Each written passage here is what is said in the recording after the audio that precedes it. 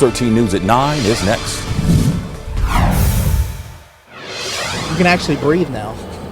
So I was out earlier today and you could just smell and taste it in the air. As we come on the air at 9, the view from Drone 13 shows a fire at a Mid-South business.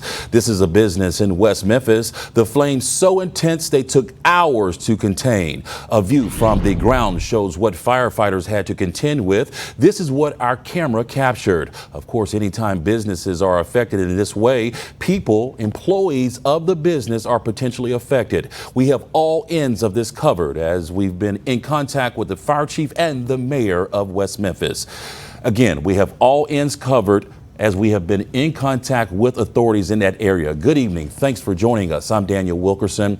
West Memphis businesses, business people over there, the employees are likely concerned. This after a warehouse facility in West Memphis goes up in flames this morning, burning hours into the afternoon. We're told that it is a total loss. Fox 13's Lakia Scott joins us live from the location. Lakia, how much progress has been made? Good evening.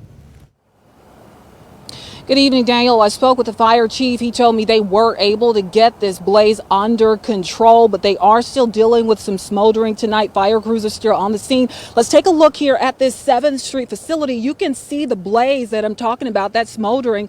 The blaze is still going here tonight. The smoke has died down, but the smoldering, that's expected to last for the next couple of days. Again, the smoke has thinned out in the air, but that wasn't the case when they got here at 9:30 this morning. Black smoke and flames, and barely even see the sun in the sky from the smoke. Fire crews rushed to this highly active scene in West Memphis around 9:30 Saturday morning. It took 8 fire trucks and help from the Marion Fire Department to battle the large-scale blaze. 168,000 square feet of plastic containers, cardboard, and pallets. And so the initial column of smoke was very black and dark. Very turbulent. It was visible from miles and miles away. Fire Chief Barry Ely told me no one was inside the warehouse building owned by Altium Packaging. No injuries reported. He says his crews were able to contain the blaze. The focus hours later, the hot spots. So right now, the firefighters are not fighting any fire. We just got the heavy equipment in there, pulling some of the building walls down so we can get in there where they won't be in any danger. Now that the fire is under control, what do people who live in West Memphis need to know? There's no health hazard. We just recommend that folks stay indoors and use their air conditioning, not open their windows for natural ventilation, and just let the smoke drift past their homes. It was a once-in-a-lifetime thing for me to see, that's for sure. I've never seen anything like it.